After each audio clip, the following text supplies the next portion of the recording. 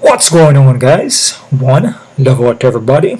We got UFC Fight Night, Magny versus Prates. Prediction breakdowns here, guys. Before I get started, hit that thumbs up button. Also subscribe to this channel. Also subscribe to my Patreon account for all of my predictions and prop plays. Also on the Patreon, which the face-offs are put on there.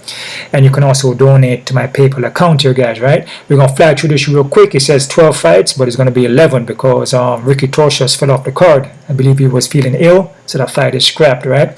Before I get started, guys, give you guys a little bit of knowledge here. Ego is a very dangerous thing. You know, when you let that ego get a hold of you, right? You feel like you must be right all the time and you must show how tough you are, you know, like your anger, emotions, right?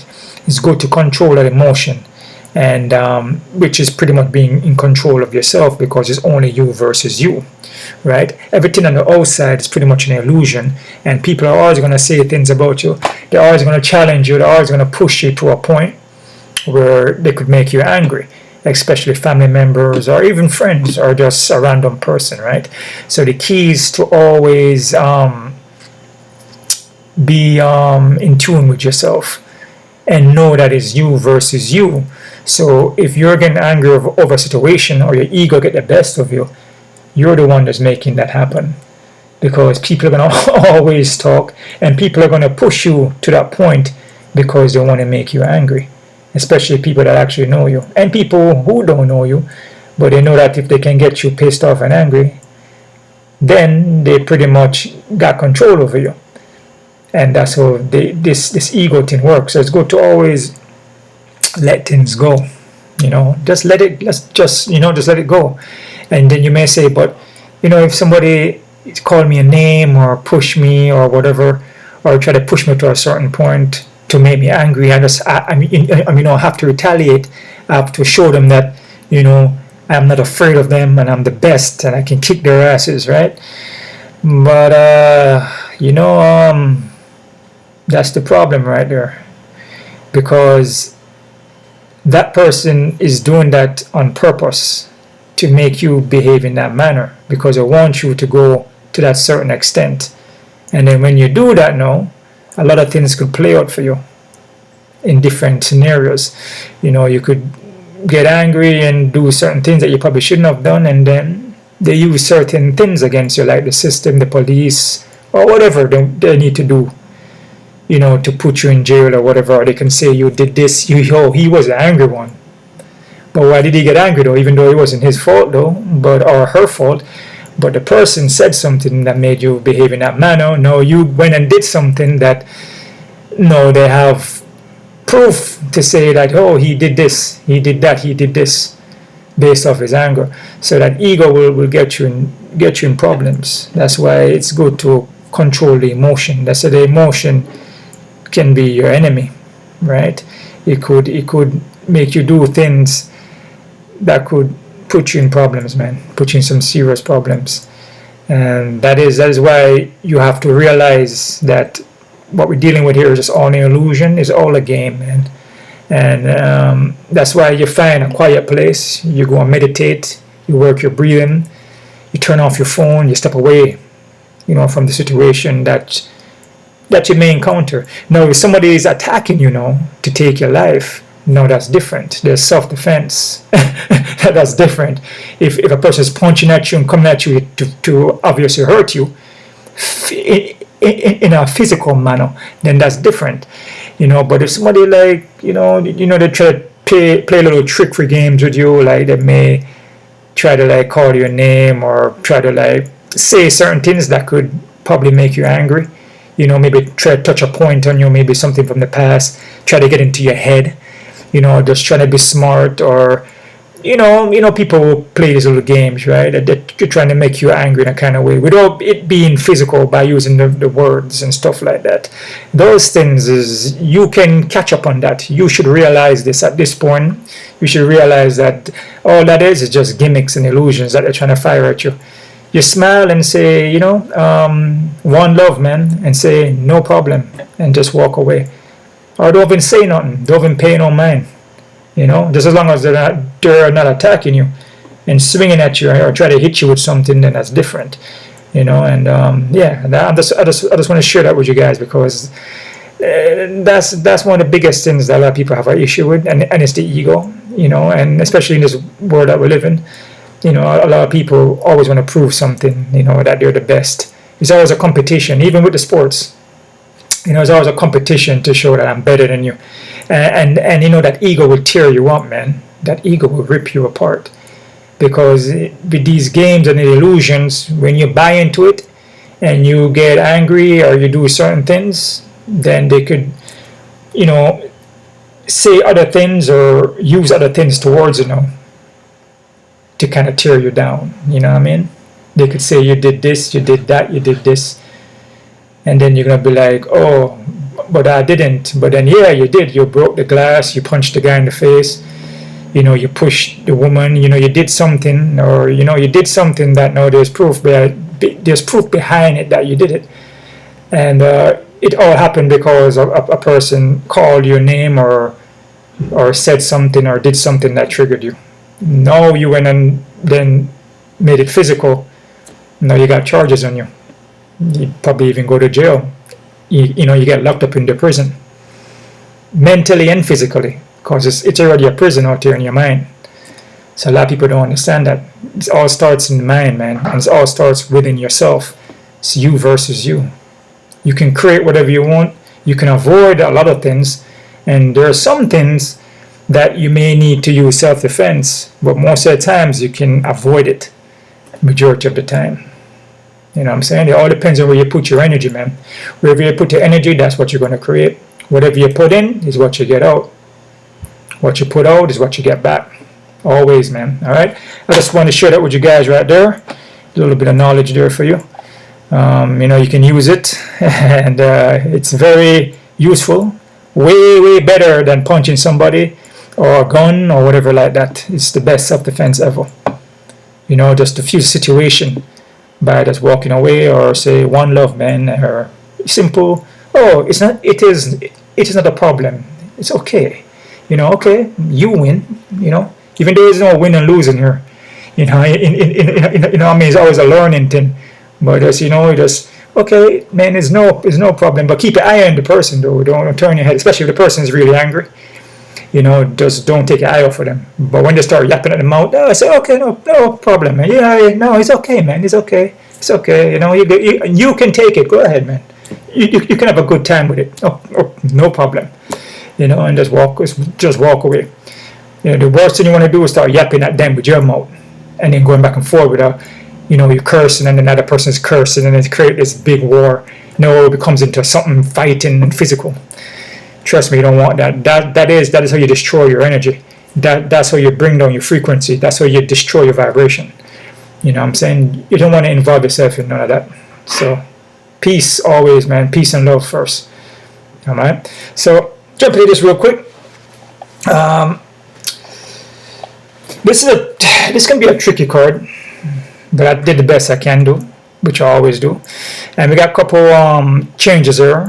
Nicholas Darby fell off the card, but Zaleski is still here.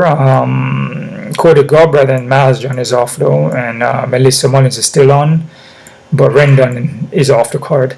Alright, so first fighter, guys, we got Melissa Mullins versus Claudia Zelkola. Mullins here, she's well rounded. We'll look for the takedowns. BJJ brown belt. Can get hurt to the body though. Her last fight, she got hit to the liver with a knee. Which happens. Body shots will make you fall. It doesn't matter, man. Anything to the body will fool you, man, especially to the liver. But overall, she's a dog. She will hang in there. She'll go for takedowns. She will strike it out with Joe, but she's hittable though, especially to the body. Her opponent, Claudia. Claudia is making her debut here. She will throw like feints here and there, and then follow up with like strikes. Can get caught on the feet though. She throws in furies, lots of knees in the pocket, so that's something to look at here. She does throw a lot of knees in the pocket, man. I like to clinch with knees. We look to grapple. She can get taken down, but this is her debut here. from what I see from her, and nothing really stands out too much. I mean, she's not bad. She has a little bounce in the foot, kind of in and out with throw feints. She does throw kind of wild at times, and her chin is kind of up. She can get taken down, but I'm just going to go with Mullins here, guys. This fight here, it's something that you don't want to mess around with. I mean, just to be honest with you, because, like I said, with women fights, you know, they could drop the ball. And I feel Mullins could be the physical stronger fighter here, in a sense. You know, and it's usually, you know, people say, you know, I mean, I also see too, when a woman is actually physically stronger, you know, most of the time they could come out winning. But I'm going to go with Mullins here. I'm going to say Mullins by decision, but it's 50-50, but this fight could go either way, man. Like I said, one woman, you pick to win, and the other one wins. It always happens. So Mullins by decision. Next fighter, we got Tresean Gore versus Antonio Trócoli. I think I pronounced that right.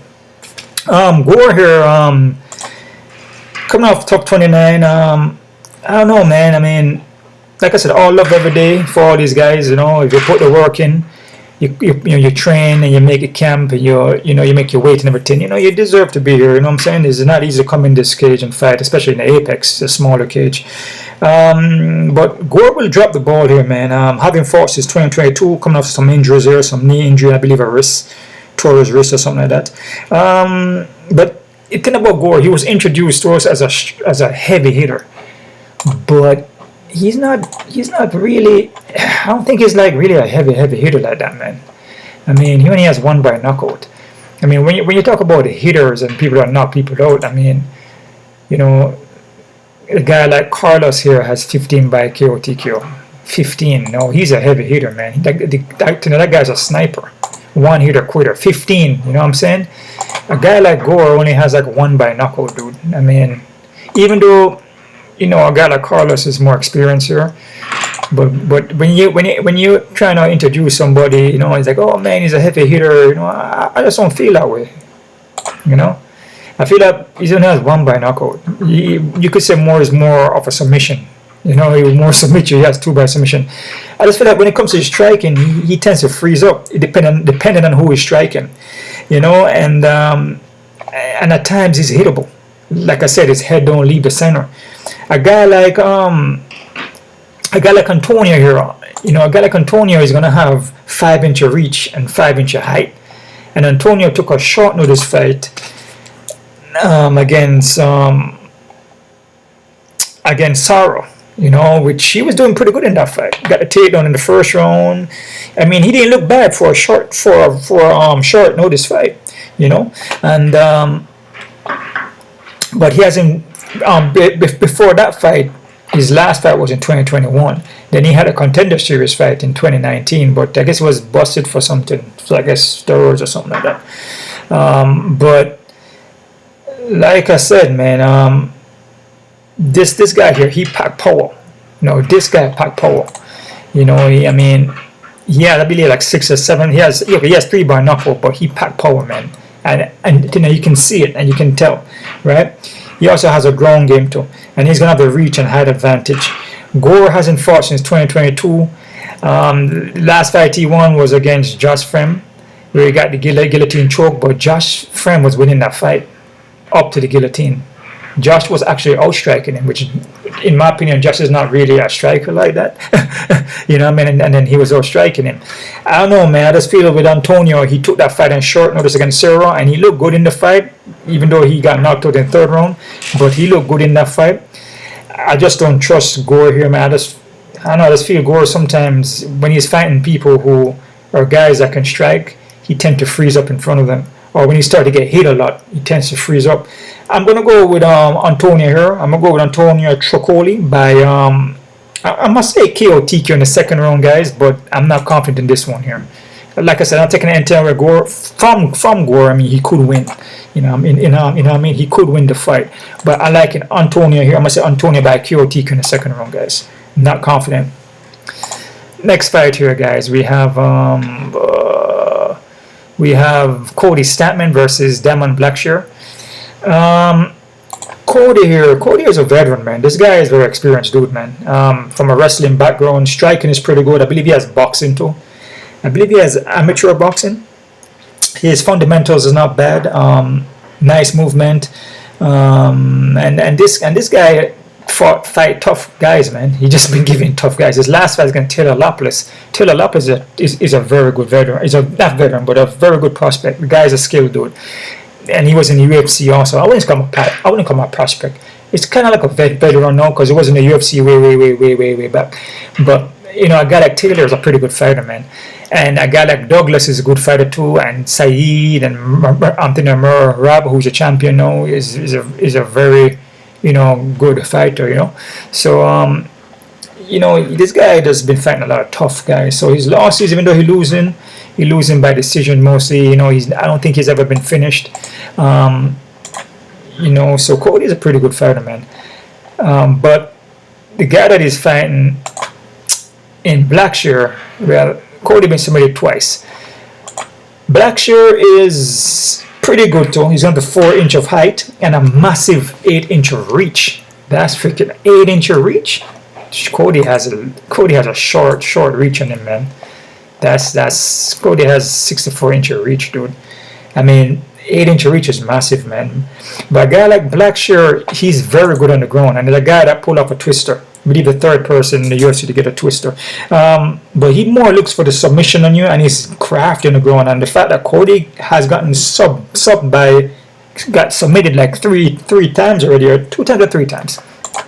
But Cody got submitted like twice, right?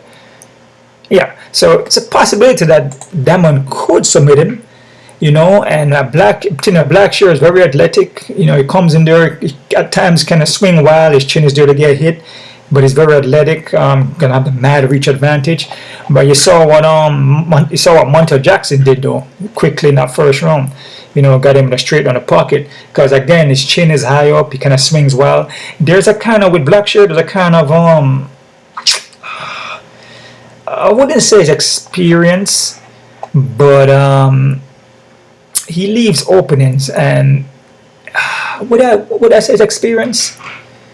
Because he is experienced though, but I just feel that, you know, with Cody could be a little more crafty here on the foot and with the movement from Cody. But again, Blackshear gonna have that reach advantage. I just feel with Blackshear, he tend to will make mistakes here and there, you know, kind of leave little openings there.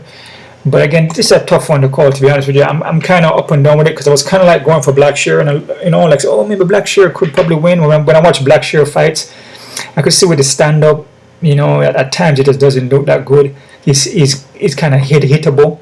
You can touch and move around him. You know, he's mostly the ground is where he strives. You know, he can take you down, he get your back. You know, he can get a twister on you. I'm gonna push more to Cody here, guys. I must say Cody by decision, but I'm not confident here. I just feel Cody, I think that IQ, you know, probably a little better from Cody. I just feel like Cody make better decisions here. But I mean, I could be wrong, but I'm going to go Cody by decision. Better decisions. All right, so Cody by decision, guy, okay? Next fighter, we have Carlos Radtke versus Matthew Schmellingsberger. So next tough one here, man. Charles will mix it up. He puts a lot of pressure on you coming forward, but this guy's a good fighter, but he fought Carlos, and Carlos Prates is a viper, he's a sniper, man. This guy's, I mean, to me, Carlos reminded me of Anderson Silva, of a prime Anderson Silva, you know, with the knees, flying knees in the pocket, which he got knee to the body. You know, his arm straight on the pocket, his left straight, his hook. You know, he just reminds me of Anderson Silva. So losing to this guy is not a bad thing. But Charles will put a pace on you. He will look for takedown. You know, he will mix it up. You know, with Matthew though, I don't know. After Matthew got finished by Medic, you know, he just doesn't look that good anymore. He just doesn't, you know, in his other fights here, you know, he looks okay. It just seems like he's in a decline. You know, he's just very hittable. You know, he will look for takedowns, you know, but I don't know, he just like fades in the fight. He just doesn't look that great, man. I mean, there's not much to say. I mean, he packed power, and he's got a 3-inch of reach, but he just tends to drop the ball. You know, he just he just looks off, like something's not right, you know. So I'm gonna go with Charles there. You know, Charles got hurt to the body, but you know, you can come back from that, you know, after, you know, you recover from the body shot. But when you're in the fight and you get hit to the body, you're definitely going to go out, right? So I'm gonna go Charles by decision here, guys, and I'm not confident in this one. All right, because Matthew Smellingsberger, he could win. I mean, it's just a fight where I'm just like 50-50. It's just very very difficult fight to call. It's a tough fight to call, man. I'm like, I really don't have much for that one. I'm not, to be honest with you, because like I said, both guys are kind of. I mean, Charles is like an upcomer kind of, you know, just, and then a guy like Matthew is probably more experienced, but he just on a decline. He just doesn't look that good, you know. He's just dropping the ball a lot. Next fighter, we got Zaleski versus Zach Scroggins. Zaleski here was supposed to fight Nicholas Dalby, but Dalby withdrew, so you have a newcomer here in Zach Scroggins. Zaleski here, or Zaleski Capoeira. This guy is well-rounded, man. BJJ black belt, heavy hands, his kicking game, striking, boxing. This guy's a veteran. This guy is very, very, very skilled. Against Randy Brown, he almost submitted Randy Brown in that second round, I believe, by a rear naked choke. And he did pretty good in that fight. His opponent here was Zach. What I see from Zach, you know, he looks like he mixed it up well. He's at a short notice fight here. His chin is high though. He has that chin way out there. You know, he will swing kind of wild out there. He would throw a lot of leg kicks at the calf, trying to take your calf out. Kind of remember of Stefan Struve a little bit there. Tall dude. But you know, he has potential, but against Zaleski, Zaleski's a crafty veteran, man. I mean, what I see from Zach, he was getting taken down, you know, he was getting put in bad situations, he was getting touched up here and there. I'm gonna go with Zaleski here, guys. I'm gonna say Zaleski by first round. I'm gonna say Zaleski by submission in the first round. All right, I give Zaleski maybe 70%. I give Zach 30%. I don't think Zach should win this fight, but you just never know. You know, he's making his debut here on a short notice. You know, anything's possible. The guy's kind of rangy. You know, he does throw head kicks, and his jab and his punches are kind of wild. His chin is out there, and he can get taken down. I just feel like Zaleski is just more well-rounded and, you know, fought for competition. You know what I'm saying? The guy's a veteran. He should be able to beat Zach. You know, in my opinion, but I could be wrong. So submission first round by Zaleski. All right. Next fighter we have Cortavious Romious versus Gustin Balanos. Damn, that sounds like it rhymed. That's like a tongue twister rhyme right there. With Cortavious here, or Ramos. This guy's wild. You know, he will go out there swinging. You know, and his fight in the Contender Series, that's what he did, and he got knocked out. You know, kind of left his chin out there, kind of wild. Very athletic guy, skilled guy. Will also look for takedowns and the submission. So the guy's a pretty well-rounded guy, man.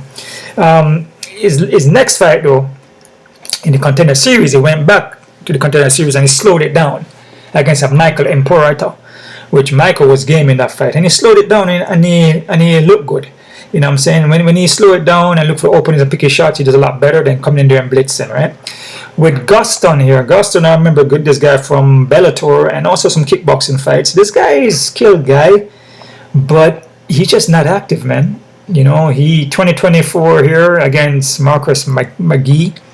Then he had a fight in 2023 against Aaron Phillips, which he actually won, you know, by a decision.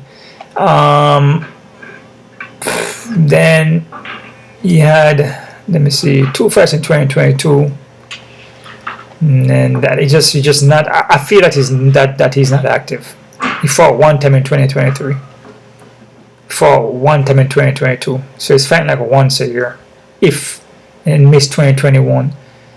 He's just not active. You know what I'm saying? Look at him back here in Bellator. One fight 2020. One fight, 2 fights in 2019, which he got guillotine choked. in 2029. I mean, the guy is skilled, but Marcus Magny, man, like stand up with him and you strike and beat him, which that's his strong point. You know, and as I said with Augustin, he's a very good striker. He looks like Ila Topuria a little bit. Kind of resemble Ila Topuria, kind of like like a twin looking, like, you know, they have a like they resemble each other. I don't know, man. This fight here, man, I mean, I like Augustin here. I think he's a good striker, but what I see from him, you know, when he fought McGee, he just didn't look good, and he's just not active. I just feel with Ramos here, I feel Ramos is just hungry, you know. He proved that he wants to be in the UFC. You know, he lost the Contender Series 2023. He took a fight 2024, came back in Contender Series again and won. I'm gonna go with Ramos here. I'm gonna say Ramos by submission in the first round, guys, and I'm not confident. All right. Come on here. Next fight here. Let's see. Next fight here, we have Karolina Kowalkiewicz versus Denise Gomes. KK is a veteran, you know. Let me see here.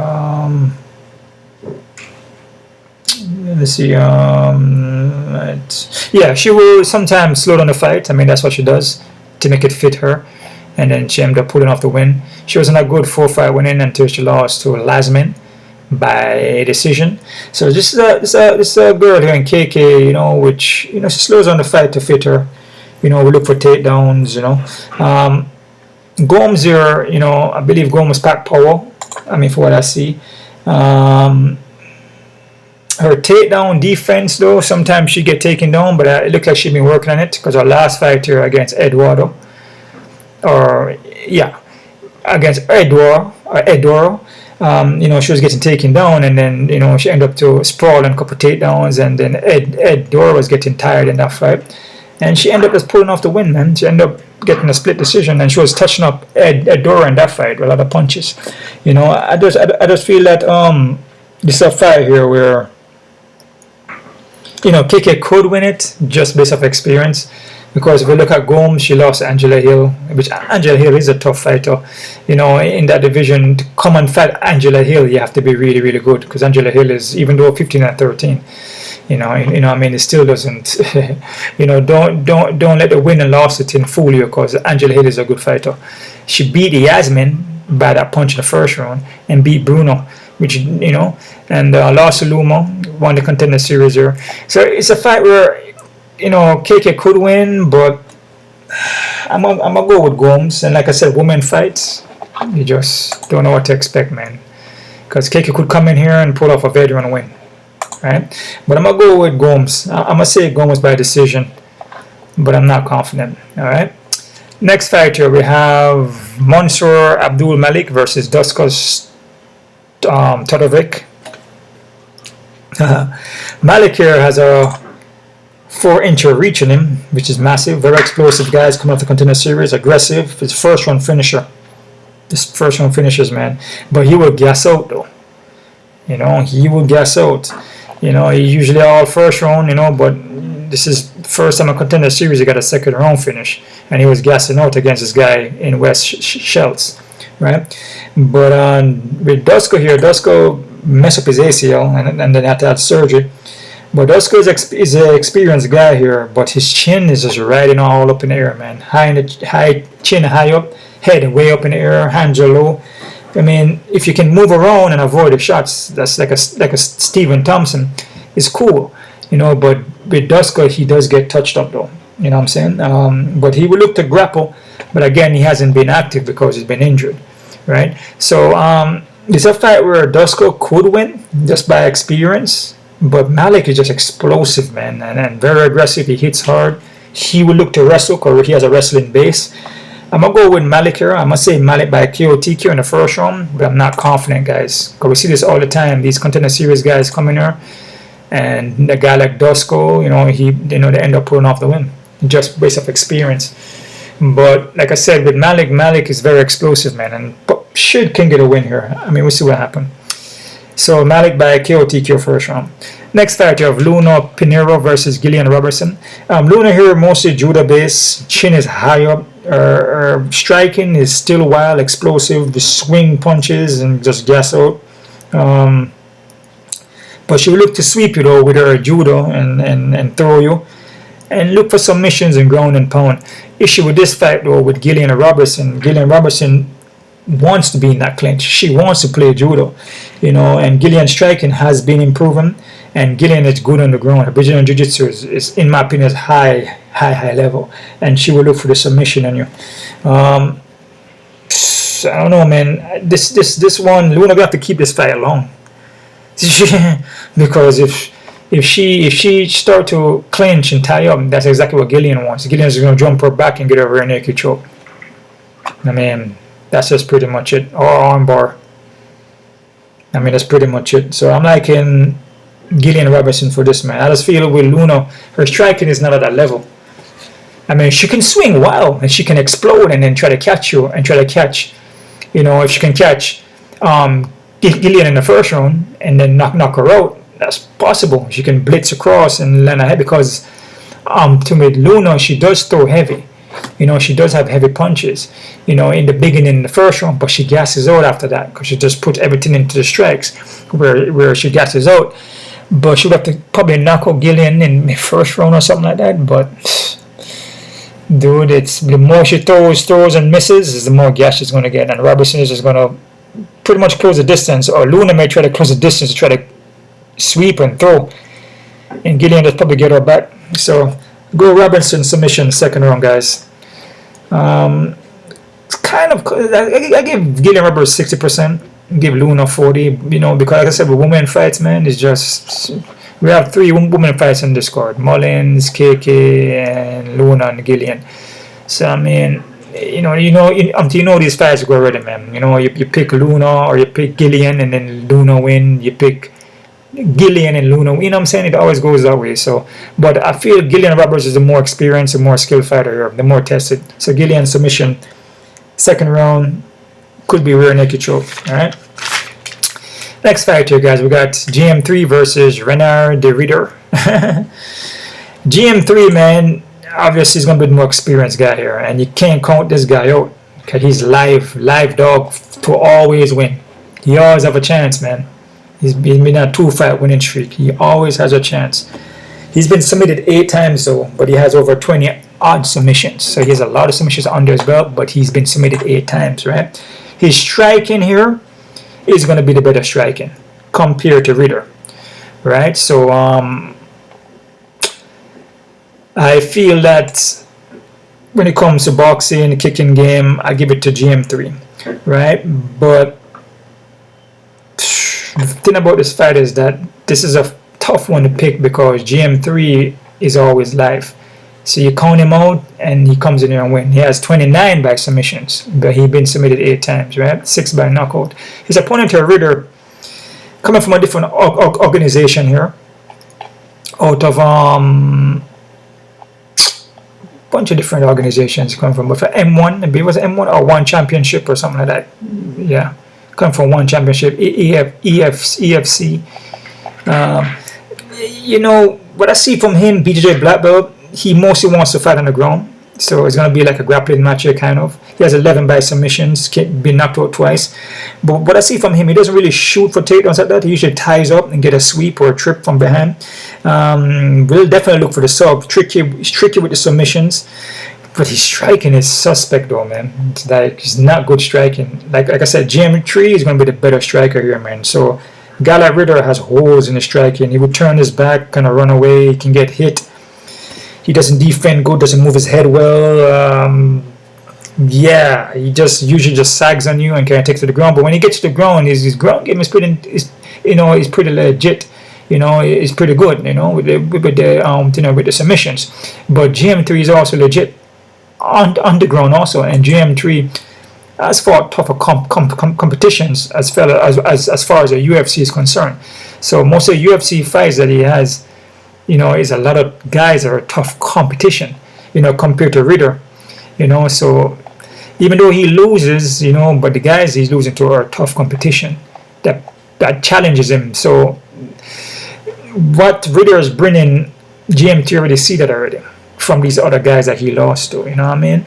So it's one of those fights where it's like, man, it's like a guy like Ritter is making his debut here, you know, it's like there's a lot of hype on him, I guess because it's a submission game, but GMC has submission, and GMC, I believe, is a better striker.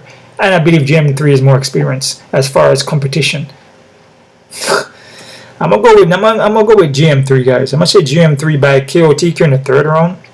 But again, I'm not confident because again, Ritter could submit GM3. I'm just gonna say that Ritter could submit him.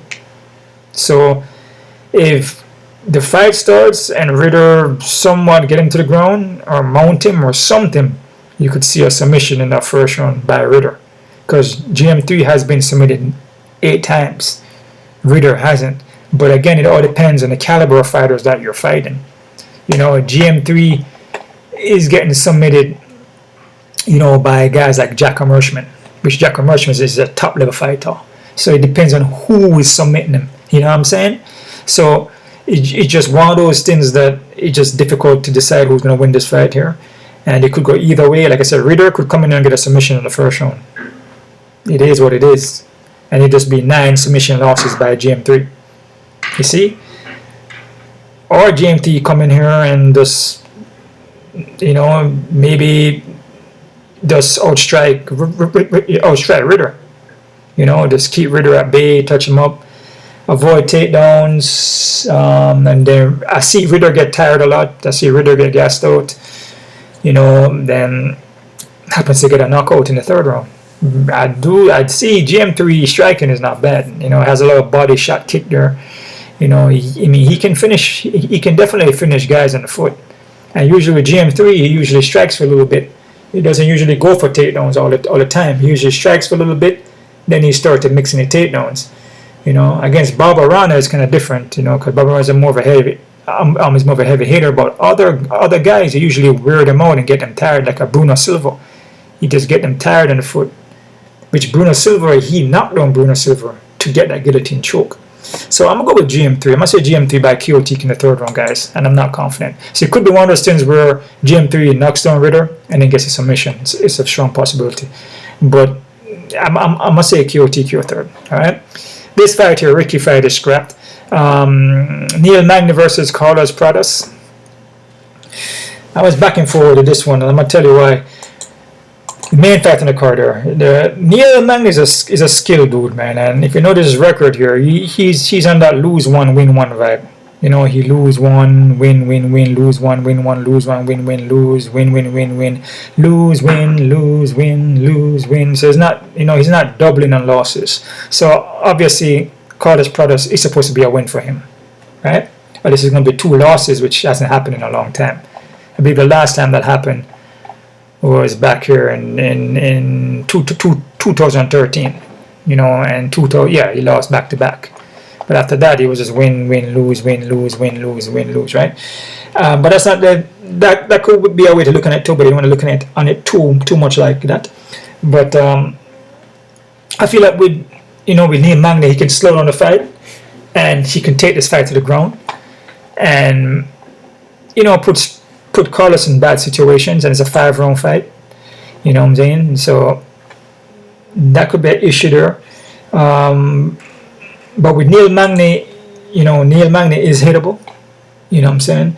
And he doesn't handle leg kicks well. It's just one of those fights where Neil will slow down the fight to make it to the fight favor him, because a veteran move, and he put into deep waters and drown you, man.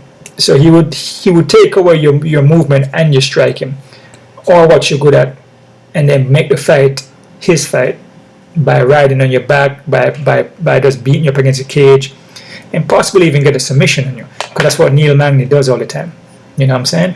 That's why I win one, lose one, win one. And against upcoming prospects, who are doing well, like a guy like Michael Morales was one, which he lost him, but Michael Malott was a prospect too, which he beat, like a Phil Rowe, like a D Rod. So he do, have these guys there, like a Jeff Neal that he can beat, man. You know, guys that hit hard, you know, like a Robbie Lawyer, you know, guys that hit hard, a pack power, skilled guys.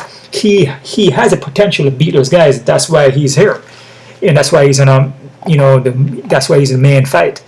You know, so Neil Magny, you can't sleep on him because he's a skilled guy. But what I see from Carlos, though, I watch Carlos fights again, and what I see from him, you know, cause checking out more on his takedown game, you know, he stopped takedowns well. And what I see from him, he can get taken down, but he does scramble up back to his foot, and he keeps that same composure. You know that fighting nerd vibe. You know that sharp strike in the head movement, very technical in the foot. Like I said, he reminded me of Anderson Silva, in a prime Anderson Silva. You know, the guy's a sniper, man. You know, his left hand, left straight in the pocket is like a bullet, and he will hit you with a left hook too. And body shots, his kicks, his everything, he mixed up very well in his movement, right? And his cardio looks good. You know what I mean? So, I mean, it is what it is. You know, I mean, can Neil Magny beat this guy? Of course he can beat him. Of course he can beat him. That's why I say, for me, this is an even fight, because if Neil Magny can slow this guy down and make him tired and pull him into, you know, third round, then, you know, things get kind of sticky and you see this guy fading. Because we haven't really seen we haven't seen Carlos in those other rounds, you know, like in like fourth rounds or nothing like that. You know, it's mostly, but there's a fifth round here. This is modified rules in kickboxing, so we have seen a fifth round there. But you know, but like I said, with Neil Magny, the guy like Neil Magny is very experienced, and he can pull you, into deep waters, man, and drown you, and then just sag on you. And Neil Magny, you know, his condition and cardio is very, very good. You know, we don't really see Carlos any recently, or seen him at all in no third, fourth round if the fight does get there, because he usually finishes the opponent quick. But if he's unable to finish Magny quick, like say first, second round, he's going to be in problems. So if the fight going to third, fourth, it could be a problem. Then you see Neil Magny get stronger, because Neil Magny gets stronger as a fight go on, you know. So when the fight come out to the third, you know, when the fight comes out to the second, that's when you see Neil Magny start to get more stronger. You know, more of his confidence start to go up more, and he start to push a heavier pace on you. And that's when you lace the legs up and have you on the cage with your face down, just punching. It's like his, you know, like his conditioning, his work ethic. You know, his pace, you know, his volume is what he beats you with. You know what I mean? And that's the thing. He's a volume fighter that keeps going. But he's mostly volume on the ground. Just punch. He just keeps going. So this fight here, man, I'm gonna go with Carlos for the sniper aspect, and I feel like he could stop the ground, keep the fight where he wants to keep it. I must say Carlos by KO TK in the second round, but it's a 50-50. And I feel like with Carlos, the UFC is trying to build this guy. So a lot of times they match these fights up with the idea of who can win or who's supposed to can win. So I think that they're looking for Carlos to win here. You know what I mean? And the show here is a negative 670. So I can look at the odds in here. It's a negative 670, which is massive. I totally disagree with that. For me, it's an even fight. Even though the guy, I remember Anderson Silva, the way how he moves and his technique and the lengthiness and the knees in the pocket. But Neil Magny is a veteran, and there's a reason why he's lose one, win one, lose one. And when he wins against guys who some of my prospects. You know what I'm saying? And he loses against prospects. So this could be a prospect here that he loses to. Right? Oh man, I didn't look at the odds for you guys, man. Oh man. So okay, I'm gonna do the odd breakdowns just as one more last. I mean, just for this last time here, you know, because usually I try to take that odd breakdown out of it. I try to look at the odds while I'm looking at the fights. I haven't seen the odds yet though. I try to look at the odds when I'm breaking on the fights anymore. I was doing that before, but it was starting to confuse me. You start to mess with my mind a little bit because I look at the odds and like, oh man, this guy's way too low. Maybe. So I don't really want to do that. I want to pick the fights based off of what I see and what I feel. Then the odds is secondary. You know what I'm saying? And then I look the face-offs and the weigh-ins, and I make changes based on the face-off and the weigh-ins. But I don't want to make changes just off the odds alone. You know what I'm saying? Because that will mess you up, because the odds, because sometimes the odds lie a lot. You know what I'm saying? And the odds don't really sometimes tell the truth. You know, sometimes the odds are built in a way to also fool you and trick you too. You know, to making a decision based on, oh, the guy's 600, he's definitely going to win. And then Neil Magny go in there and then submit him and then sub him in the 3rd or 4th round by a rear naked choke. Happens all the time, guys. Mullins 250, hell no. See what I'm talking about? This fight here, even though this Claudia girl is making her debut, and what I see from her, she's okay. I feel Mullins should win, but at 250, oh hell no. This fight here, most women fights are markers even. If it's not Amanda Nunes or Valentina Shevchenko. You know what I'm saying? You know, this is even. Okay? Gore and Antonio Trócoli, 180, 175. I disagree with that. I'm liking Antonio for this. I wouldn't. This fight is even. And I'm liking Antonio. Cody Stamann and Damon Blackshear. Damn, Blackshear's like 300 and what they did. Boy, these guys are tripping, bro. They're tripping. Remember, Damon Blackshear got knocked out in his last fight against Montel Jackson. Remember that. So, usually when guys get knocked out like that, sometimes they come back. Well, sometimes they will come back and win, and sometimes they come back and lose. It just all depends. You know what I'm saying? So when guys get knocked out, sometimes you don't know how they're going to look when they come back. You got to be careful with guys that get knocked out, especially in the head. To the body, okay, but to the face, to the brain, sometimes it changes you, man. You don't look the same. I wouldn't put Damon Blackshear on 2, 600, 300. That's nuts. This is an even fight. And I like Damon also to win this fight, because even, but I like Cody also, and I'm going with Cody.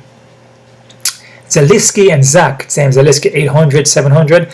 I could see that because veteran guy. Okay. But, you know, still be careful, because Zach got that head kick. He's lengthy. You can't remember if it's Stefan Struve. Got that loopy punches. Chin is high up in the air, though. So you just take one kick or one punch, man, in the jaw. And that's it. I don't care who you are. If a kick connects unexpected techniques or the counter connect to your jawline, you're going out.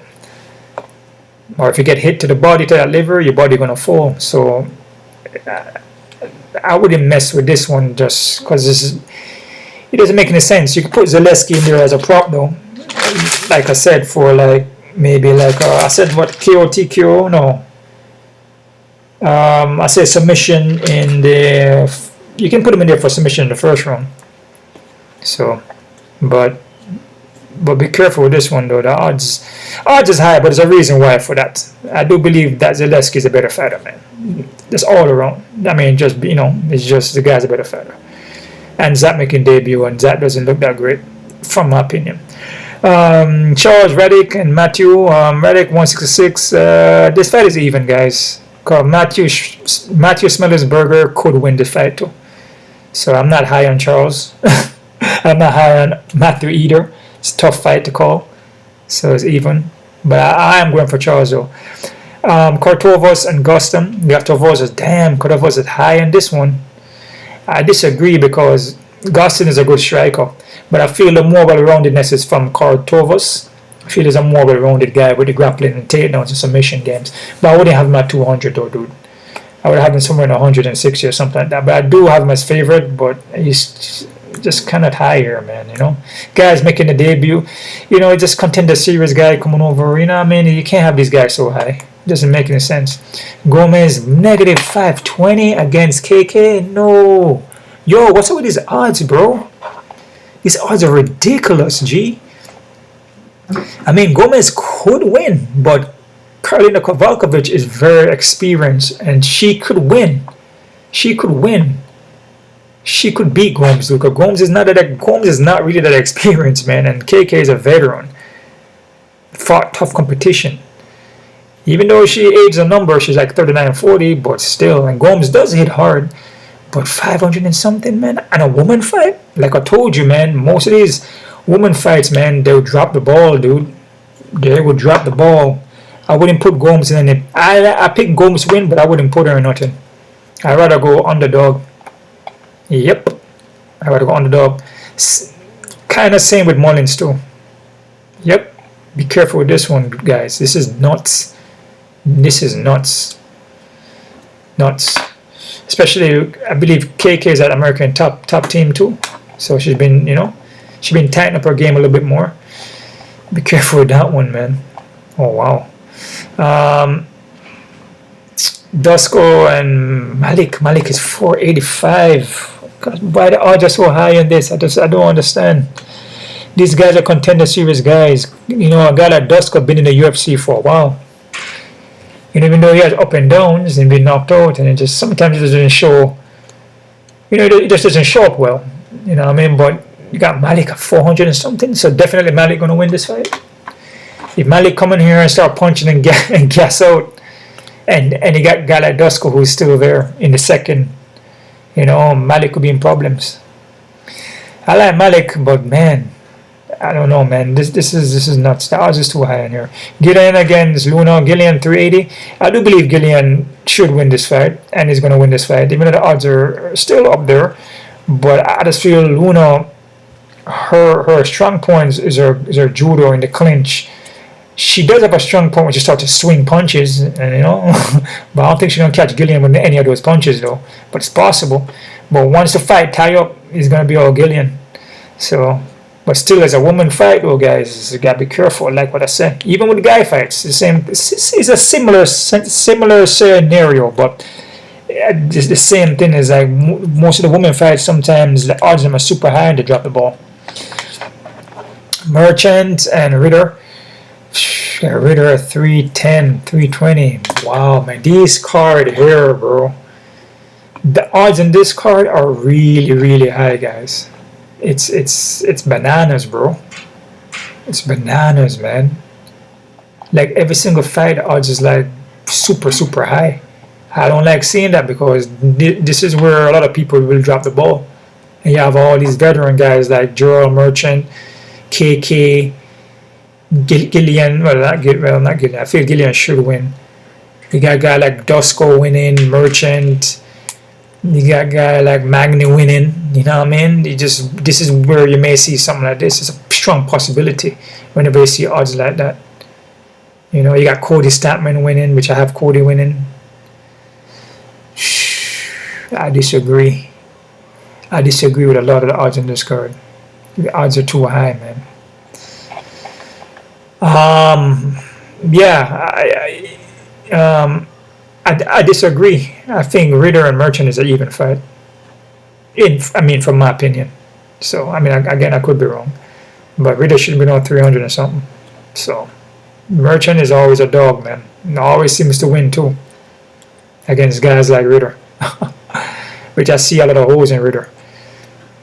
Carlos 800 and something. I disagree. Even though I say can't remember Anderson Silva, but Neil Magny lose one, win one, lose one, win one, lose one, win one. Been doing that for a minute, and he's known to slow down these guys like Prates. Slows them down, and then pull them into deep water and then drown them. Take them into like third, fourth round and drown them and get them back and submit them. So I'm picking Carlos Prates to win the fight, but the odds are just too high, guys. I don't know, man. It's you know, you could put Carlos, I guess, a prop, maybe first, second round KO TKO. I have him a second round, but I would say, you know, do parlays or whatever you're doing, or whatever you're going to do with it. You know, you put Neil Magny in some plays, put GM3 in some plays, to be honest with you. Put KK in some plays. You know, because there's a strong possibility that those veterans could win. So, this card is a tough card. And by looking at the odds are upside down. The odds are all over the place. The odds are way, way high in the guys. Holy crap.